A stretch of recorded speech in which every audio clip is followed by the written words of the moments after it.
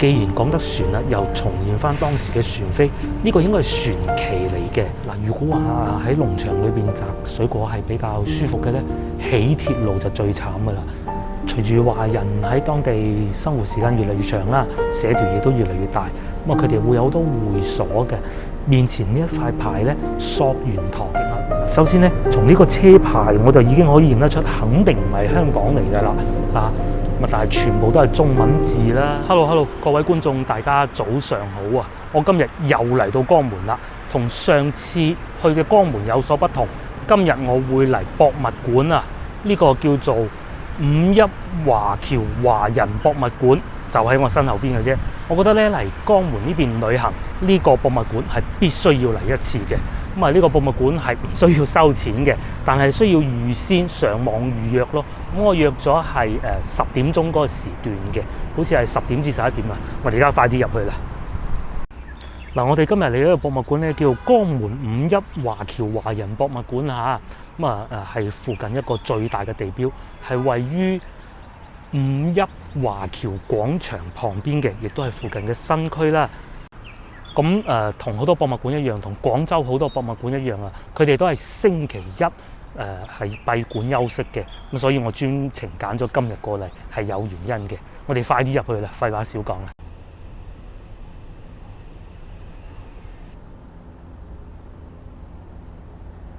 Hello， 我哋入咗嚟博物館。今日我要細聲啲，因為始終都係博物館。啱啱入嚟嘅時候呢，嗰個叔叔就同我講啊，門口保安叔叔同我講，還好啦，因為遊人唔多啊，所以唔需要睇預約。不過我建議，如果觀眾會過嚟嘅話，強烈建議預約咗再過嚟。我哋第一個展館金山尋夢。嗱，一入到嚟，第一個呢就係介紹點解五邑人要出去去金山嘅，因為嗱呢度啊，呢度有首詞啦，歌謠華工歌謠，上邊寫住木下蘭戶口，造化睇眉頭，唔信這樣到白頭。主要係講述因為當時喺中國嘅生活環境比較差，咁佢哋只能夠漂洋過海，遠赴金山去尋夢去揾食嘅。嗱，前邊睇到呢一個咧，呢個應該係真實㗎。大概嘅意思就話當時啊，同治元年1862年嘅時候咧，咁五邑地區嘅人咧，佢為咗要籌錢出去啊嘛，咁所以就賣咗一啲地契啊，或者抵押咗一啲房產啊之類嘅。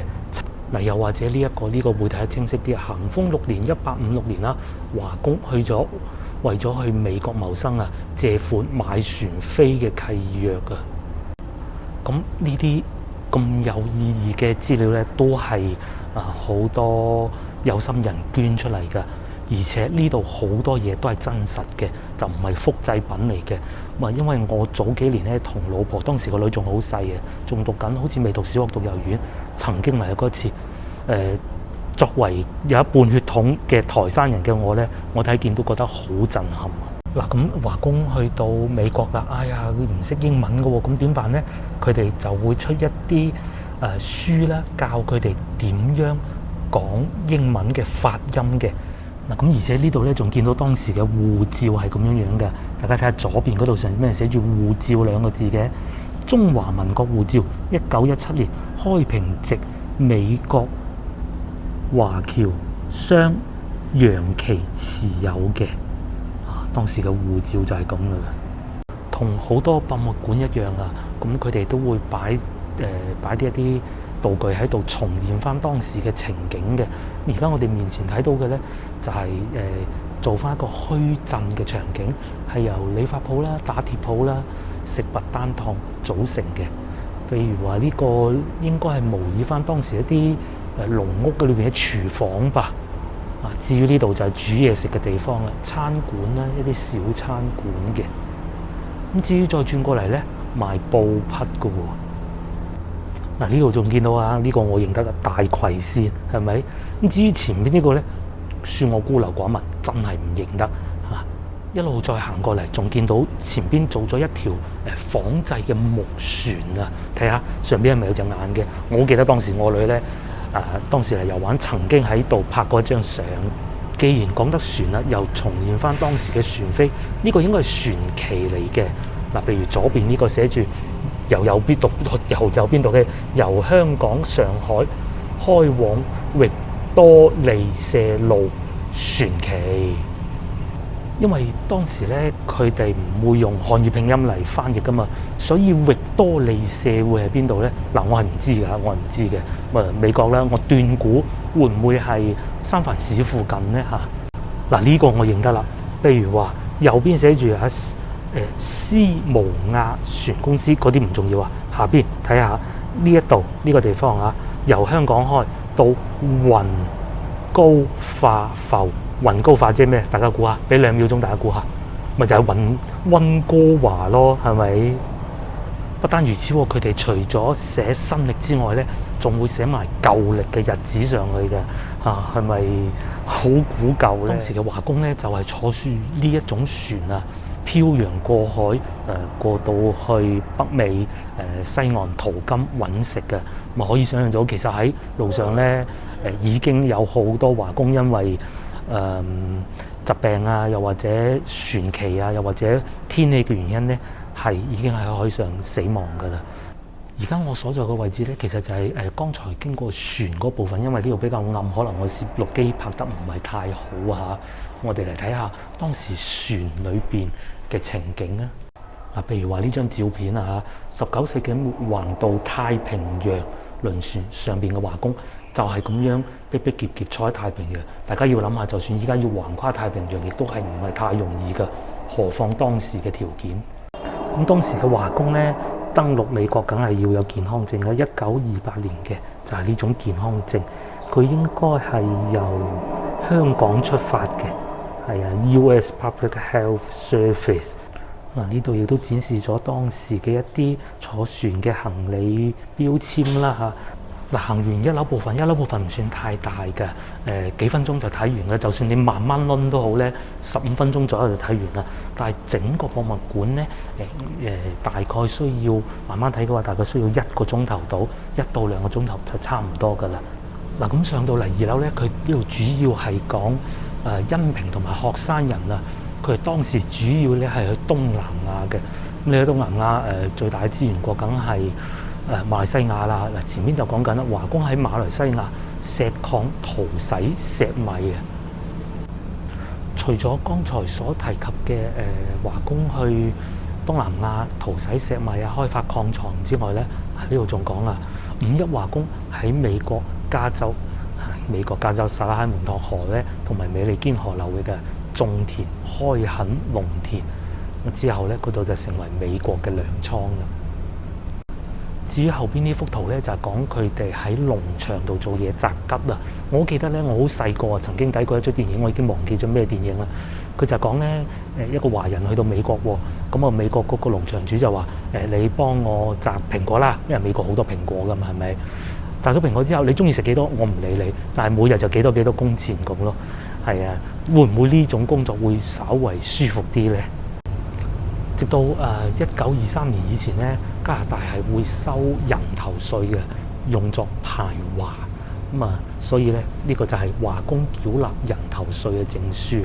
嗱，如果話喺農場裏邊摘水果係比較舒服嘅咧，起鐵路就最慘噶啦。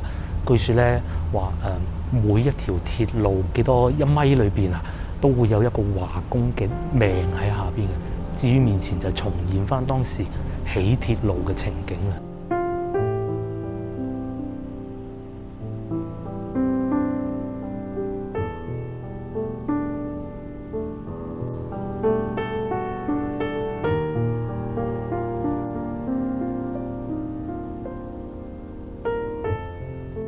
除咗起鐵路之外，當然亦都少唔到採礦啦。唔係三藩市點會叫舊金山咧？係咪？而家面前呢個場景就係重現翻當時挖掘金礦嘅情景啦。咁啊，當然啦，華人就淨係過去做勞力嘅啫，出力嘅啫。咁啊，賺錢梗係幕後嘅老闆啦。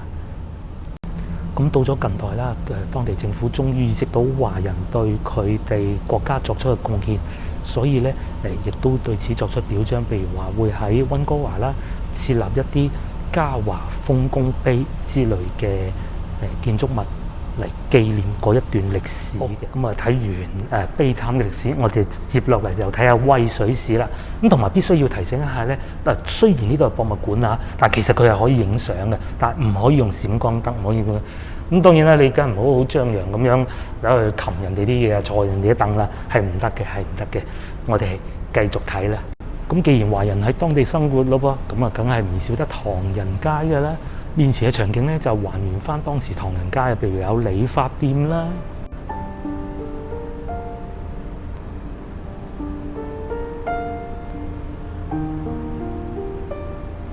如果話啱先嗰部分咧係講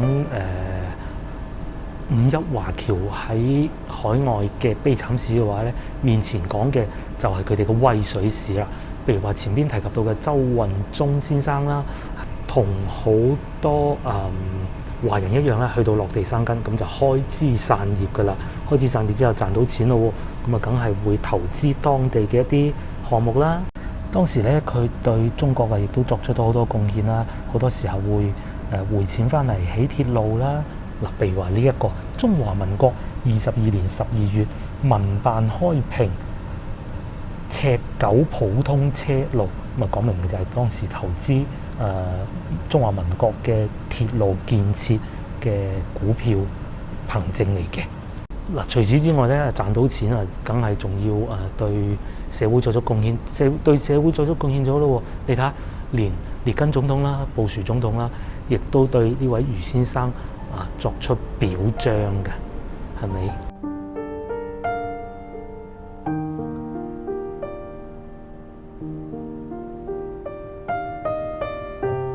隨住初期幫人打工啦，慢慢發展到咁啊有咗自己嘅工廠咯。譬如話前邊華人實業家劉興喺罐頭業啦、航運業啦、金融業成績顯著。而呢度咧亦都講劉興先生開辦嘅太平洋果類加工公司。據說咧佢仲係嗰邊叫做罐頭大王啊，係咪好威水咧？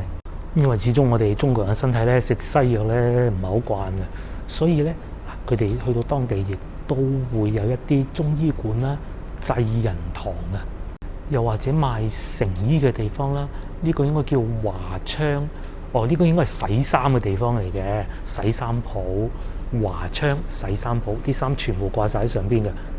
我婆咧都有個契仔啊，我叫契舅父啦。咁去到紐約咧，佢都係喺洗衫鋪度做嘅啫。有留意我頻道嘅觀眾都知啊，我以前曾經喺廣州一間好大型嘅洗衣店、連鎖洗衣店工作過啦。有時候我哋都會去廠裏邊幫下手嘅，咪體驗下工作環境啊嘛。洗衫真係好辛苦嘅，而且大家要知道，我哋而家嗰啲機器咧係好勁㗎，好大㗎，係啊，而且咧全部自動㗎。大家要諗下以前係點？以前咧你要掟落去嗰度洗，洗完又要乾喎，乾完又要燙喎。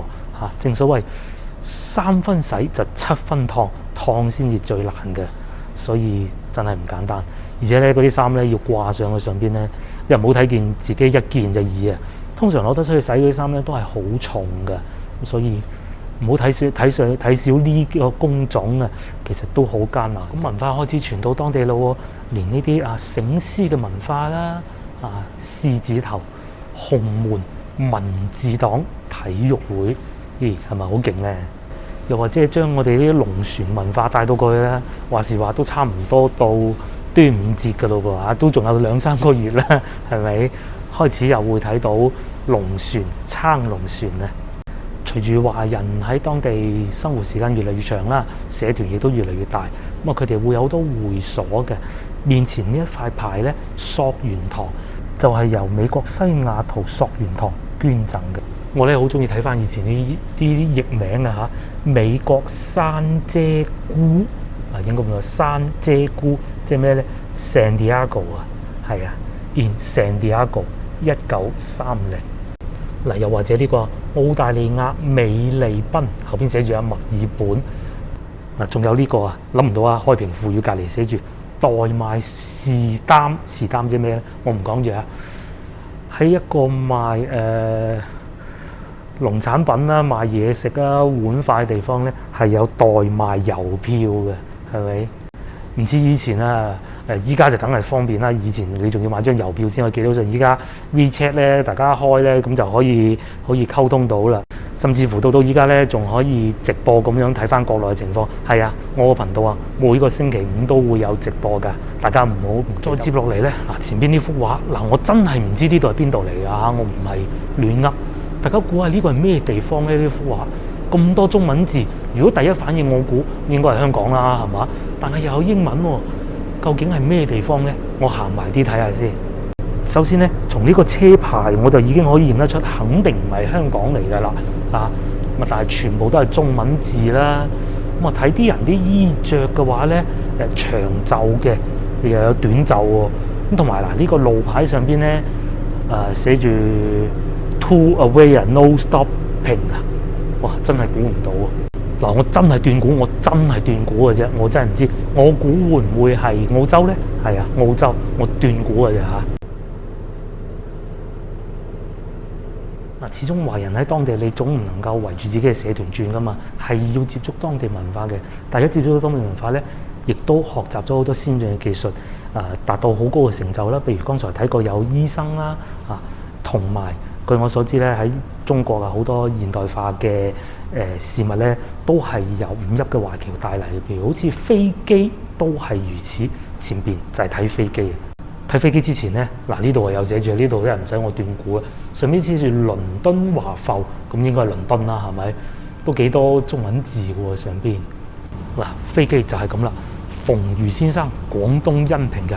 現前呢個場景就係復刻翻當時馮如先生製造嘅飛機。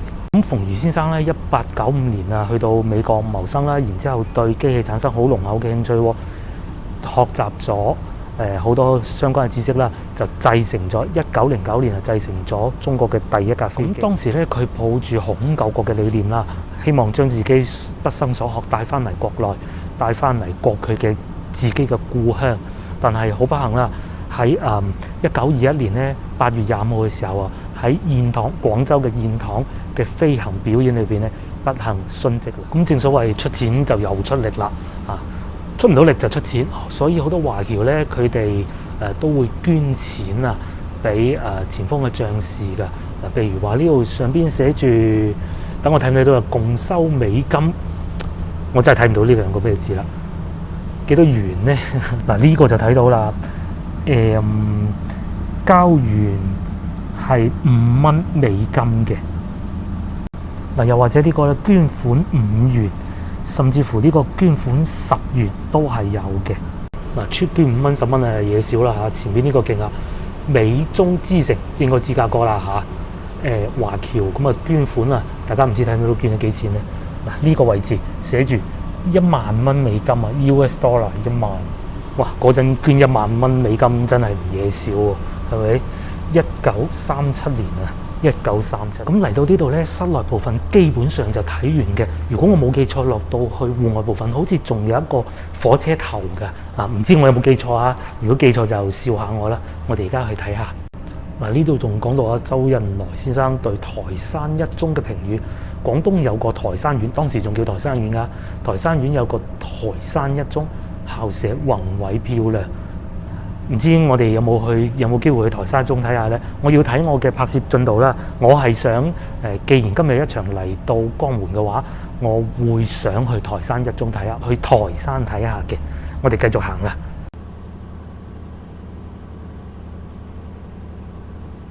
冇錯，我啲記憶嚟嘅都仲剩低少少嘅。而家呢個場景呢，就係整個展館最後一個環節，佢係重現翻新寧火車站嘅情景嘅。隔離真係有部火車喺度㗎，不過當然啦係仿製嘅啫。嗱，新寧火車站咧係連接江門啦、台山啦、新會、開平啊，係20世紀初五邑華僑為咗民眾方便出行，帶動發展當地嘅起嘅一個車站嚟嘅。